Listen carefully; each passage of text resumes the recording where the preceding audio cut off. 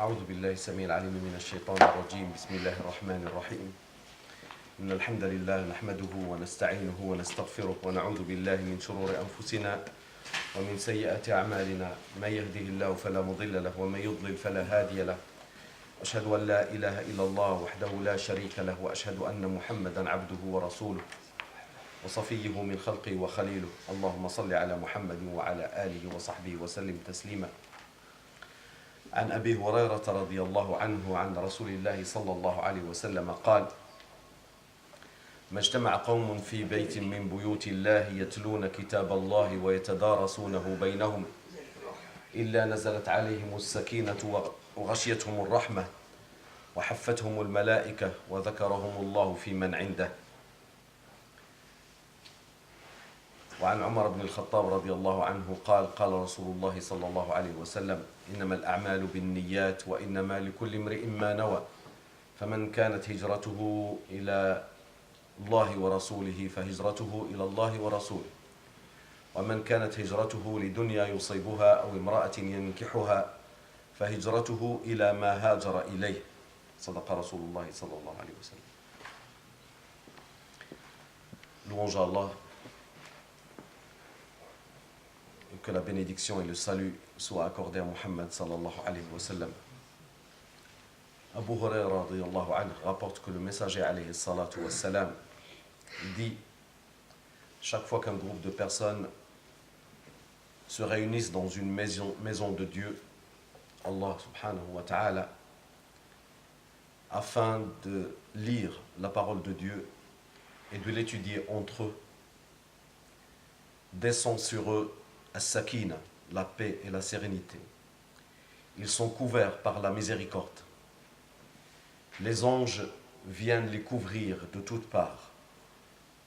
Et Allah subhanahu wa ta'ala parle d'eux devant son assistance.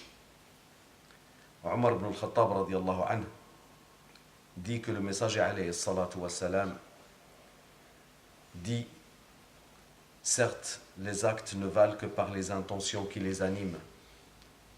Celui qui aura migré pour Allah et pour son messager, il sera récompensé pour avoir migré pour Allah et pour son messager. Et avant cela, il avait dit: et l'individu n'aura comme récompense ou comme sanction que en fonction de l'intention qu'il a mis dans ses actes. Alors celui qui aura migré pour Allah et pour son messager, il sera récompensé en fonction de cela. Et celui qui aura migré pour du commerce, pour une question sentimentale, il sera rétribué en fonction de cela. Comprenons de cela que nous avons deux objectifs en assistant à ces cours, aussi bien vous que moi, d'être dans une assemblée de dhikr pour avoir les 4 récompenses dont parle le hadith rapporté par Abu Huraira radiyallahu anhu. La paix, la miséricorde, la compagnie des anges et l'honneur d'être cité par Allah subhanahu wa ta'ala.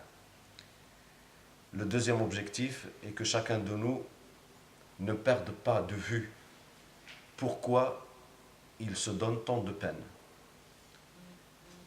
Autant l'objectif est haut, autant la récompense est haute. Si mon but à moi est de me pavaner devant vous, ça ne vaut pas le coup.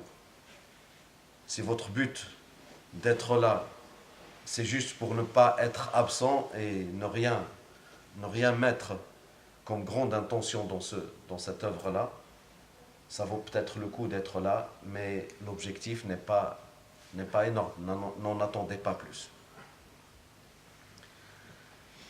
Donc la première partie, Inch'Allah, concerne ce que je vous avais promis sur les maladies, ou plutôt les entraves à une bonne... Donc on s'était arrêté la dernière fois que nous avions fait le cours sur la déontologie ou la méthodologie de celui qui veut acquérir la science, sur cette idée de passerelle.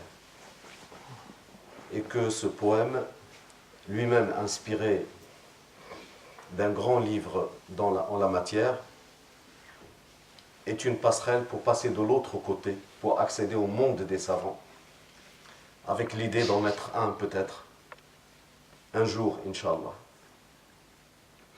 Ils ont dit وهي عواصم من القواصم كالعجب والغرور والتعالم وهي عواصم من القواصم كالعجب والغرور والتعالم والقدح في النيات والأفهام وعدم التوقير للأعلام. Et nous avions parlé de l'ujb, on avait parlé de al-ghurur, et au passage on avait parlé aussi de riya, de l'ostentation. Aujourd'hui, Inch'Allah, on va parler de ta'alum. At-ta'alum, ala wazn tafa'ala. C'est un mot de la même famille que alim. Ce n'est pas savoir, ce n'est pas connaître. C'est se faire passer pour quelqu'un qui sait. Ou se faire passer pour un savant, alors qu'on n'en a pas les qualités, on n'en a pas le statut, on n'en a pas eu la formation, on n'en a pas eu la vocation. Et s'il y a une maladie à notre époque à laquelle nous tous on devrait faire face, c'est bien celle-ci. Je pense que dans le 3e ou le 4e cours de cette série, on avait parlé de ce hadith du prophète sallallahu alayhi wa sallam, qu'Allah subhanahu wa ta'ala n'arrache pas la science des cœurs des hommes. Mais par la mort de certains savants, ou de beaucoup de savants, il n'y a personne pour prendre leur place. Alors la place ne reste pas vide. Les gens veulent des référents. Les gens veulent des gens qui les lient à Allah subhanahu wa ta'ala et à l'enseignement de Muhammad sallallahu alayhi wa sallam. Alors quand ils n'ont pas l'homme qu'il faut pour cette situation, ils se rabattent sur le premier client qui se présente. Alors le premier parvenu, le premier vantard qui se prend pour ce qui n'est pas, essaye de se faire passer pour le savant parce qu'il y voit une gloire. Et généralement les gens qui sont malades du pouvoir, ceux-là ils font de la politique avec des moyens inavouables.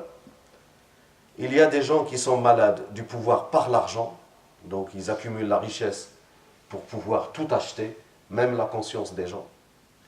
Il y a des gens qui sont malades du pouvoir du m'as-tu vu. Il faut être... ils adorent le who's-who. La personne, il ne veut pas passer inaperçu. Alors quitte parfois de dire n'importe quoi, mais il faut être de la partie. Et dans le dernier cours, je vous ai parlé de ces débats qui secouent la Ummah de Muhammad sallallahu alayhi wa sallam de l'Orient à l'Occident, où beaucoup de savants ont été réduits au silence pour des faits politiques, pour des faits, on ne va pas interpréter les événements politiques qui se passent et qui secouent le monde musulman, mais il y a beaucoup de pays en guerre, donc les gens, quand ils sont occupés juste à sauver leurs biens et sauver leur famille, ils ne peuvent pas jouer le rôle qu'ils joueraient à enseigner et rapprocher le savoir aux gens. Beaucoup d'universités sont en panne. Beaucoup de situations politiques instables ont fait que on a évacué beaucoup de gens qui tenaient le devant de la scène. Beaucoup de savants ils ont des statuts de réfugiés maintenant. Et c'est l'occasion justement, je vous ai dit, quand la place est vide, les gens se précipitent. Et on a vu fleurir notamment dans les chaînes privées dans le monde musulman, des gens qui, avec un livre, ils prennent un livre comme ça, et puis ils taillent dans la réputation de Bukhari, et ils invalident tout le travail fait par Abu Huraira. D'autres même qui jurent qu'ils vont déshabiller l'imposture des 4 madhab, des 4 écoles juridiques. Et bien sûr, jouer un rôle n'est pas incarner le rôle. C'est très facile de se faire passer pour un savant si c'est juste par des formulations. Vous vous habillez d'une certaine façon, vous parlez d'une certaine façon, et vous pouvez vous faire passer pour un intellectuel. L'intellectuel imposteur et le savant imposteur, il y en a toujours et il y en aura toujours. Et justement, dans ce vide-là, il y a cette tentation de vouloir exister. Et ça a commencé d'abord de manière innocente, au début. On avait commencé à crier comment dirais-je,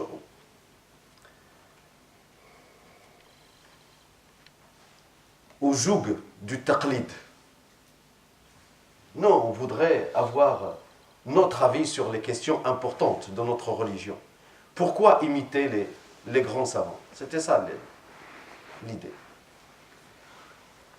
Aidés par des événements et des périodes historiques pas très glorieuses où les 4 tenants des 4 madhab se battaient entre eux.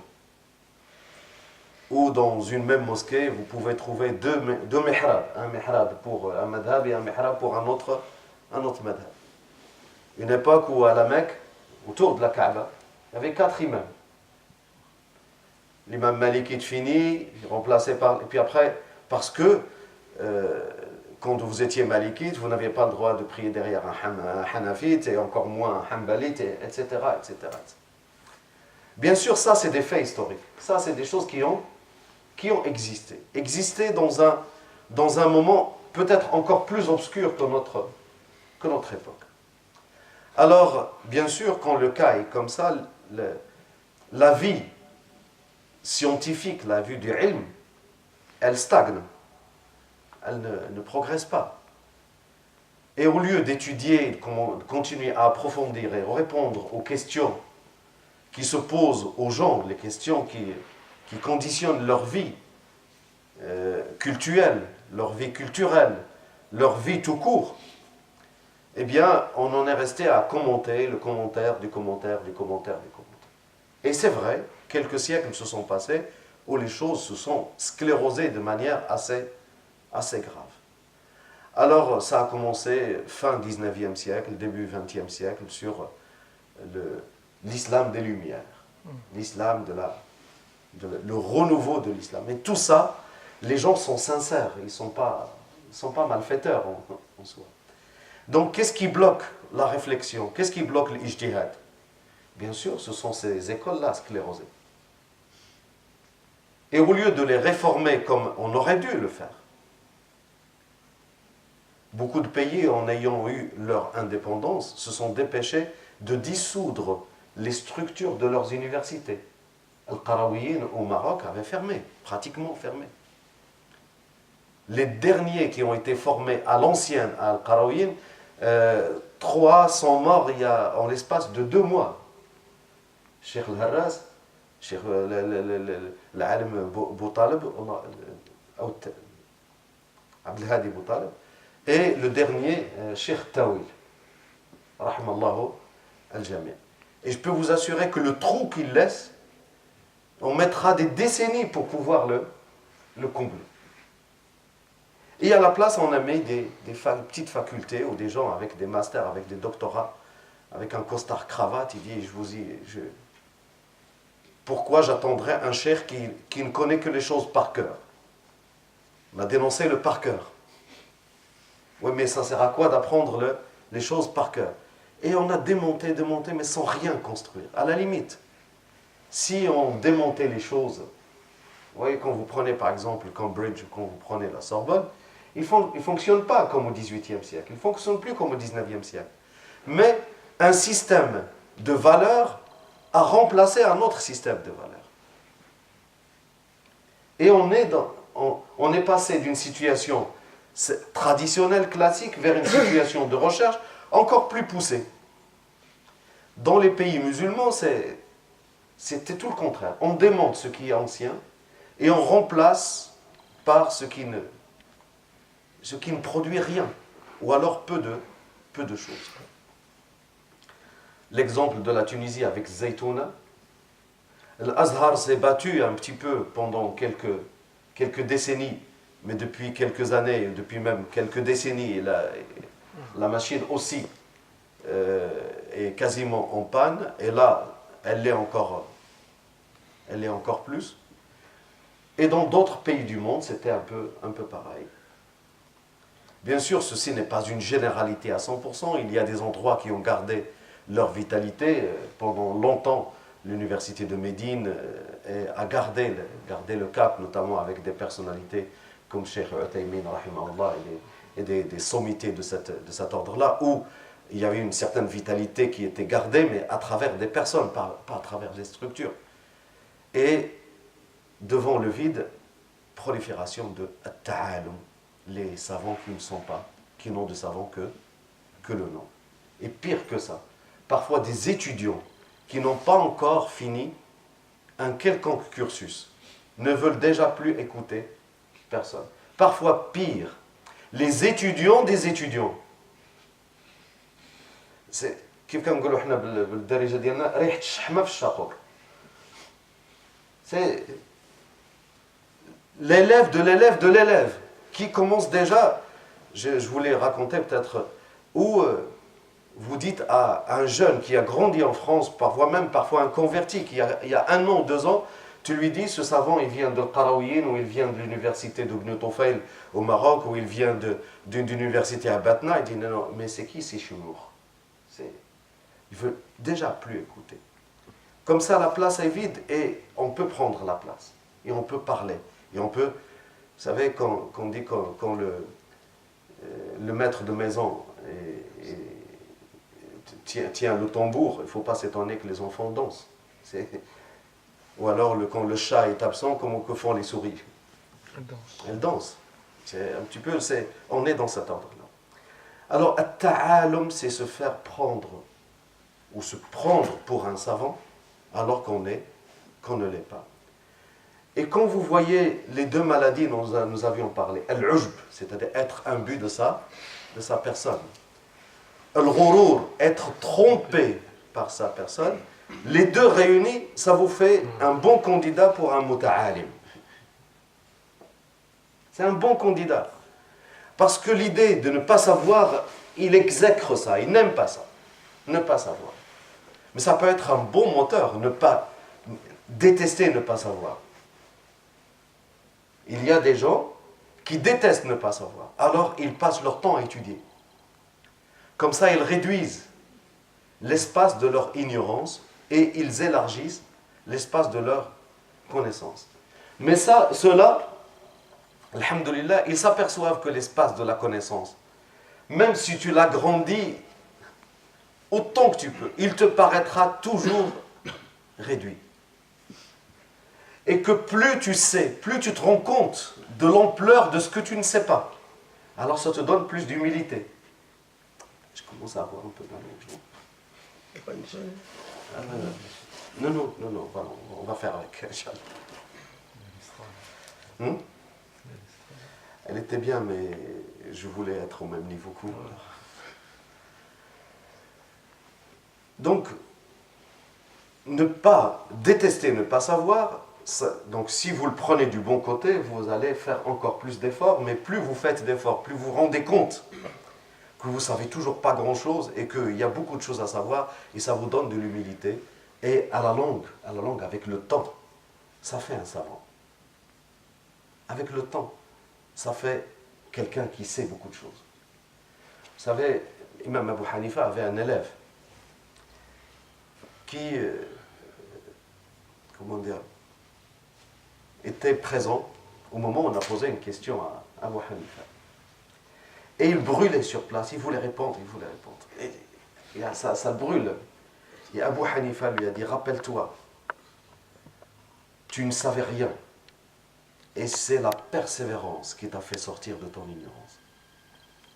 N'oublie pas, reste à ta place. L'ilm, il t'apprend toujours à ne jamais te prendre pour plus grand que tu n'es. Les plus grands des savants, c'est parfois quand vous les trouvez, vous ne pouvez pas les distinguer des autres. Contrairement aux charlatans. Les charlatans, ils se distinguent toujours par une tenue. Vous voyez, il a un truc petite mèche ou un truc qui brille un peu plus que le reste, pour que tu ne le rates pas, parce que c'est son but, lui il veut que tu le vois. Ou il parle d'une certaine façon, il se tient d'une certaine façon pour que les gens ne le ratent pas, il n'est là que pour ça. Le savant, il se fait tout petit. Le Cheikh Hamidullah, c'est l'un des plus grands traducteurs du Coran, il avait son cours du jeudi, on appelait ça le cours du jeudi à Paris. Cet homme-là était professeur au Collège de France. Il maîtrisait un certain nombre, il était d'origine indienne, un certain nombre de langues, même des langues mortes inimaginables. Il avait une culture islamique quasiment sans frontières et une culture du Pakistan et de l'Inde quasiment sans frontières. Et il avait ce cours-là le jeudi. Même quand il n'y avait que très peu de personnes, il était là, lui. Pourquoi? Parce qu'il était donné là, comme objectif d'être là pour les gens. Une fois, un frère m'a raconté, il assistait à une sorte de congrès. Et il savait que Cheikh Hamidullah était là. Et à un certain moment, la personne qui présente, il a dit, maintenant la parole est donnée au Cheikh Hamidullah. Il s'attend à voir une porte qui va s'ouvrir. Vous savez, comme on voit dans les séries, Monsieur le juge est entré, levez-vous, vous savez, comme dans les séries américaines. Puis un petit bonhomme qui vient de l'arrière de la salle, qui a assisté à tout ce qui a été dit, et qui déambule tout doucement, tout doucement. On ne voit même pas que c'est... Puis après, c'était le professeur Hamidullah. Peut-être que sa traduction est l'une, si elle n'est pas la meilleure de tous les temps, elle est au moins l'une des meilleures de tous les temps en français. Il est important de réaliser ça. Le prophète, sallallahu alayhi wa sallam, qui est notre exemple à tous, quand quelqu'un entrait quelque part, il posait la question, lequel d'entre vous est Mohammed? Lequel d'entre vous est Mohammed? Et on ne pouvait pas faire la différence. Si tu ne remarques pas le comportement des compagnons, tu ne peux pas savoir lequel est. C'est celui qui est entouré par le plus de respect, le plus de comment dirais-je, de révérence, et puis on se rend compte qu'il est le plus... Mais pas pour une tenue vestimentaire ou par une façon de faire. Donc on a dit le muta'alim, il a horreur de passer inaperçu. Parce qu'il a ces deux maladies. Le muta'alim, pourquoi il est... C'est une personnalité dangereuse pour elle-même d'abord et dangereuse pour son entourage. Pour son entourage parce qu'il est très très facile d'apprendre à mimer les savants. Je connais des gens, quand je les ai vus pendant un certain moment, je les entends parler, faire leur cours, tu dis subhanallah, mashallah.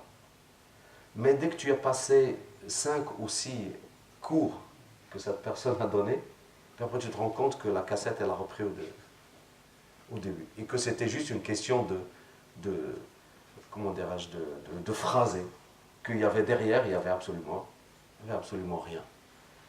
Et encore plus dans le comportement, ça n'apparaît pas. C'est des personnes généralement qui ratent tous les examens qui font qu'un savant est apprécié, ou au moins un talib ilm est apprécié dans son entourage. Donc ils peuvent tromper les gens ordinaires. Et vous vous souvenez, une fois, je vous avais dit, un faux médecin, un charlatan, il peut tromper quelqu'un qui est malade, tromper quelqu'un qui a une maman qui a envie que son fils ou son petit guérisse, un père qui veut soigner sa maman. Un charlatan pourrait le duper, le tromper. Mais il ne peut pas tromper un spécialiste. Il ne peut pas tromper un autre, quelqu'un qui est dans le domaine. Et c'est en cela qu'ils sont dangereux. Les gens apprennent à leur faire confiance et ils se trouvent piégés eux-mêmes. Ils se sont fait passer pour savants et ils ne savent plus dire je ne sais pas. Et là, il devient dangereux pour les gens, il devient dangereux pour eux-mêmes. Il devient dangereux pour eux-mêmes. Allah subhanahu wa ta'ala dit قل إنما حرم ربي الفواحش ما ظهر منها وما بطن والإثم والبغي بغير حق وأن تشركوا بالله ما لم ينزل به سلطانا وأن تقولوا على الله ما لا تعلمون. Allah subhanahu wa ta'ala énumère ici les les péchés qu'il a interdits lui-même. قُلْ إِنَّمَا حَرَّمَ رَبِّي.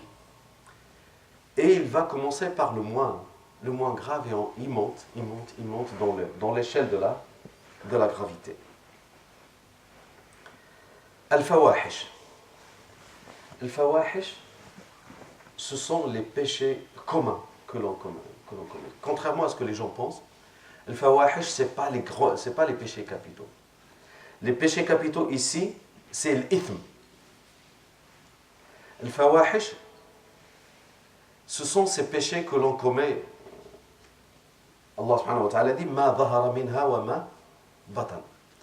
C'est-à-dire, il y a les péchés de l'jawarih, donc les péchés que l'on fait de manière visible, que les gens voient, et les péchés que les gens ne voient pas, comme al-hasad, comme la jalousie, comme l'orgueil, comme l'hypocrisie. C'est des fawahish, mais ça se passe à l'intérieur, les gens ne voient pas. Allah subhanahu wa ta'ala nous dit qu'il interdit cela. Al-ithm, al-zina par exemple, ça fait partie de l'ithm. Ouais, c'est ça.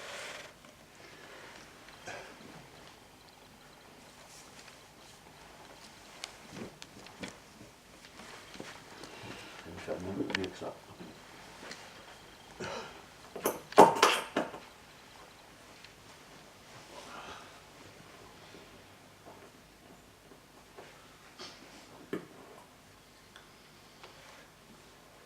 Allah subhanahu wa ta'ala continue l'énumération. Al-Baghi, al-Dhulm, le fait de dépasser d'outrepasser les droits qu'Allah subhanahu wa ta'ala a mis en place. Le vol fait partie de dhulm. Le fait d'usurper les biens d'autrui fait partie de dhulm. Aklu mal al-yatim, le fait de prendre ce qui appartient à un orphelin.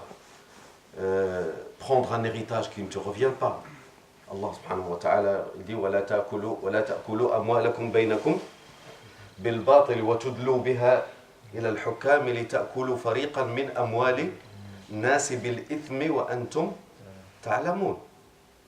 Allah subhanahu wa ta'ala nous interdit de jouer avec nos richesses entre nous, les jeux du hasard. Je te prends ton argent avec un jeu de cartes. Allah subhanahu wa ta'ala nous l'interdit. Allah subhanahu wa ta'ala nous interdit de soudoyer ou de corrompre les gens du pouvoir pour pouvoir avoir des choses auxquelles on n'a pas droit. La corruption, la rashwa. Allah subhanahu wa ta'ala interdit, et là il monte, وَأَن تُشْرِكُوا بِاللَّهِ مَا لَمْ يُنَزِّلْ بِهِ سُلْطَانًا. Directement il passe au shirk, à l'association. Alors, normalement, on est arrivé au sommet. Inna Allah la yaghfiru an yushraka bih wa yaghfiru ma duna dhalika liman yasha.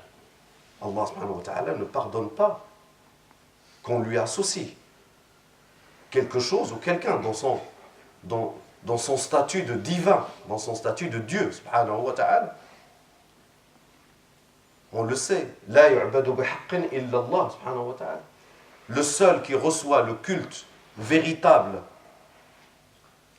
exclusif, c'est Allah subhanahu wa ta'ala.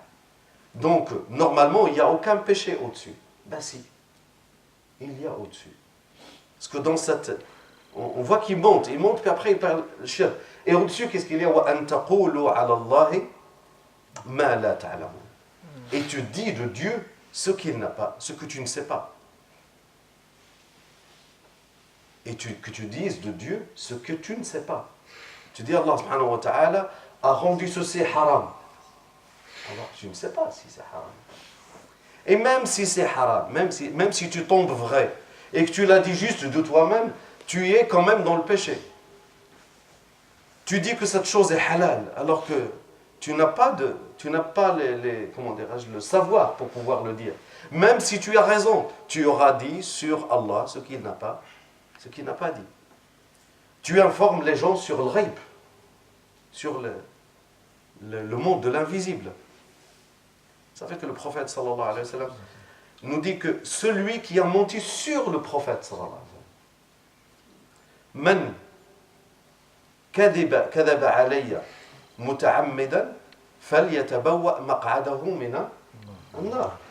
Celui qui aura, comment dirais-je, fabriqué un mensonge à mon sujet, c'est-à-dire il a dit, le prophète a dit, et le prophète ne l'a pas dit, ou alors la personne n'en a pas la certitude, eh bien qu'il réserve sa place en enfer. Ça c'est le prophète sallallahu alayhi wa sallam. Vous imaginez Allah lui-même. Vous imaginez Allah lui-même. Ah, dans cette même mosquée, une fois, ça m'est arrivé d'être confronté à une personne qui me dit Allah dit dans le Coran. Je lui dis, mon frère, je ne pense pas. Ah non, c'était pas dans le Coran, c'était fait Riyad Salihin. Donc ça y est, on est passé, ce n'est plus Allah qui l'a dit, ce serait le prophète sallallahu alayhi wa sallam. Il dit, et même si ce que tu dis est vrai, le sens que tu donnes n'est pas le bon. Il me répond, tu n'as pas à m'imposer ta façon de comprendre les choses. Tu as ta compréhension et j'ai la mienne. Tu as ta compréhension, j'ai la mienne. Là, je crois que le débat s'arrête tout de suite, parce que on est confronté justement à cette idée de ta'al. Et regardez où est-ce qu'on va, jusqu'à mentir sur le prophète sallallahu alayhi wa sallam, jusqu'à mentir sur Allah subhanahu wa ta'ala lui-même. Et vous savez, comme je disais tout à l'heure, souvent c'est pas la méchanceté qui est mise en cause. Parfois c'est juste un piège qui se referme sur la personne elle-même. C'est un piège qui se referme sur la personne. Ça devient un réflexe que de mentir.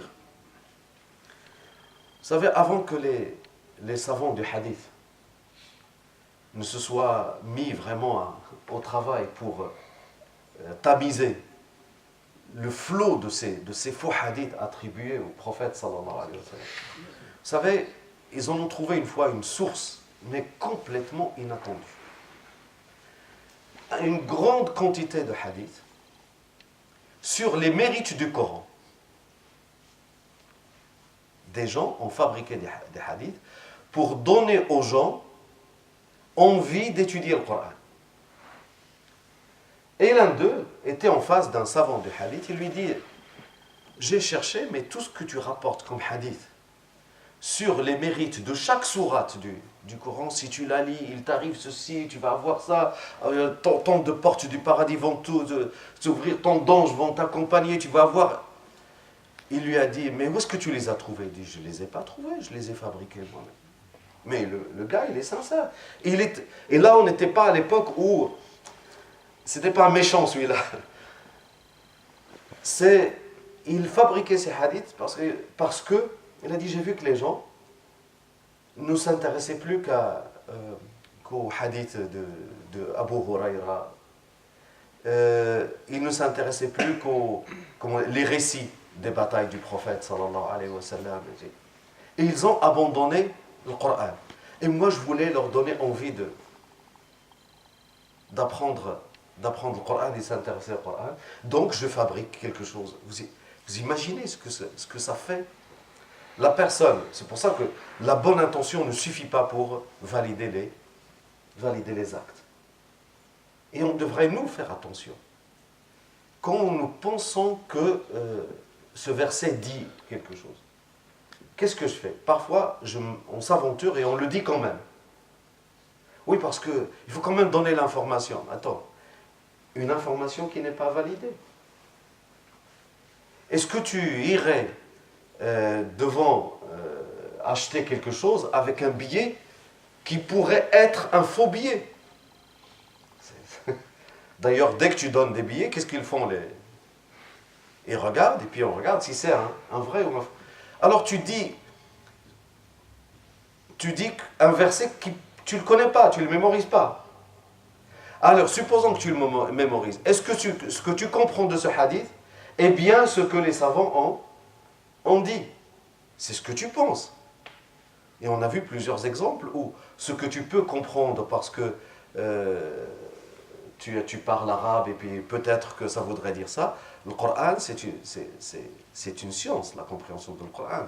La signification des hadiths du prophète sallallahu alayhi wa sallam, c'est quelque chose de très, très important. Et regardez dans la hiérarchie des péchés, وَأَن تَقُولُوا عَلَى اللَّهِ مَا لَا تَعْلَمُونَ.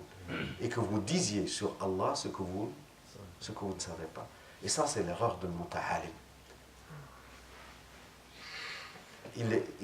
Il est piégé. Ça y est, la place a été vide et il l'a prise.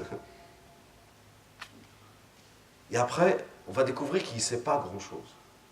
Alors, il va se défendre et quand quelqu'un est coincé, généralement, la meilleure défense, c'est le mensonge. Et subhanallah, ça arrive tout le temps. Tout le temps, tout le temps. Et ceci est vérifié. J'aurai l'occasion de revenir parce qu'il y a la psychologie de l'muta'alim, c'est quelque chose de très intéressant à détailler. Mais pour aller un peu plus loin dans l'étude de ce magnifique poème, wal qadhi fi niyat.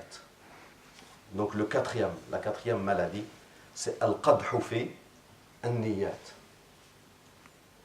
Quand il écoute un savant, il dit oui mais ce savant-là, ça arrive souvent, et il est wahhabite. Non, ou alors là tu dis il est ash'arite. Non mais parce qu'il est soufi, parce qu'il est...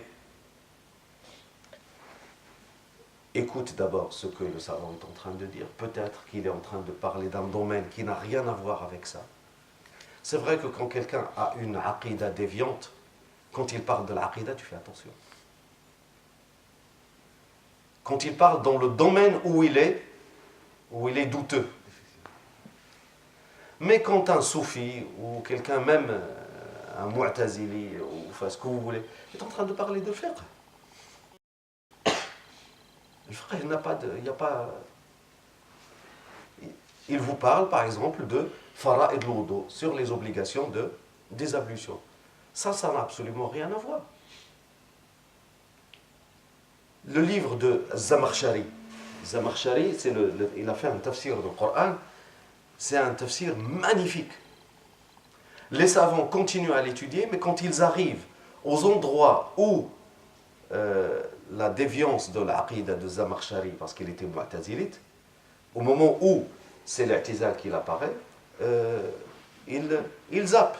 Ou alors ils ont fait encore mieux, comme Al-Sheikh Al-Nasafi, rahimahullah, il a pris le tafsir de Zamakhshari et il en a fait une version sunnite. Donc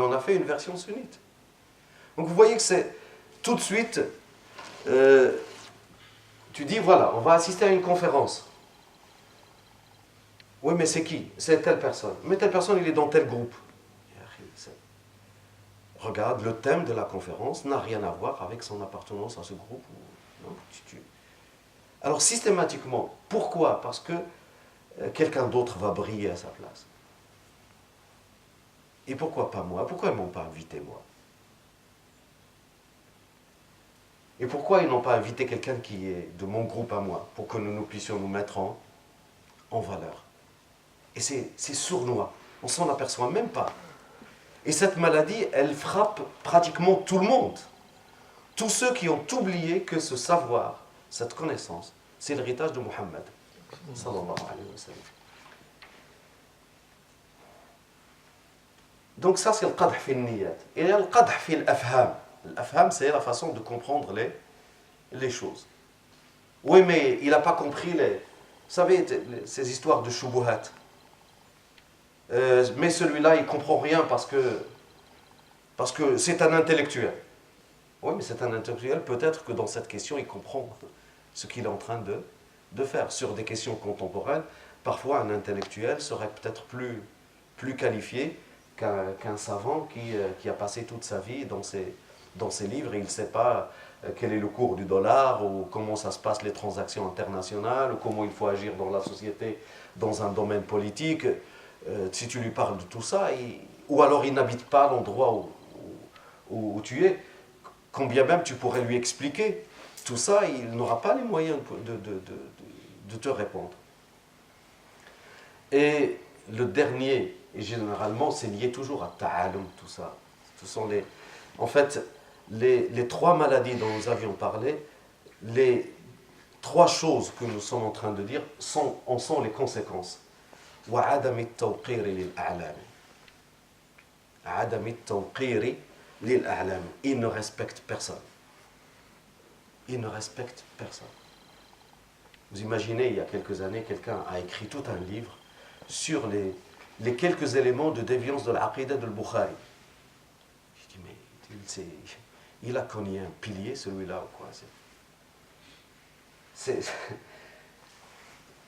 Qui est lui pour pouvoir faire ce travail-là? C'est vrai que des savants, des rivaux de Bukhari qui étaient à son niveau, avaient pointé peut-être un élément qu'il fallait éclaircir sur telle ou telle question. Mais ils l'ont fait, ça y est. C'est dans les livres, tu peux en parler. Mais non, on va réunir toutes les erreurs d'un savant dans un même livre. Comme ça, si tu avais une chance de les rater, maintenant tu les rates. Tu les rates plus. Et ces dernières années, on a parlé tellement de ces divergences de l'Aqidah, justement, que certains frères, ils lisent plus Riyad Salihin. Pourquoi? Parce que c'est Nawawi qui l'a fait. Alors que ce sont les paroles du prophète, sallallahu alayhi wa sallam, quand même. Mais pourquoi Nawawi? Nawawi était quelque part Ash'ari. Ah oui, mais là, il est mort. De l'autre côté, il y a des gens, dans un pays que je ne vous désignerai pas, il y a un projet de loi pour interdire les livres de Ibn Taymiyyah. Définitif. C'est-à-dire, si on te chope avec les livres d'Ibn Taymiyyah, tu vas avoir des problèmes. Pourquoi? Parce que c'est les dernières horreurs perpétrées par certains extrémistes musulmans quand ils ont cité des paroles de Ibn Taymiyyah. Mais le but est de taire la science de Ibn Taymiyyah, c'est pas ça. Il y a des gens qui citent le Coran pour justifier des horreurs, qui citent des hadiths pour justifier des horreurs. Est-ce que c'est pour autant qu'on va interdire le Coran ou interdire le hadith du prophète sallallahu alayhi wa sallam? Personne de sensé ne dirait ça.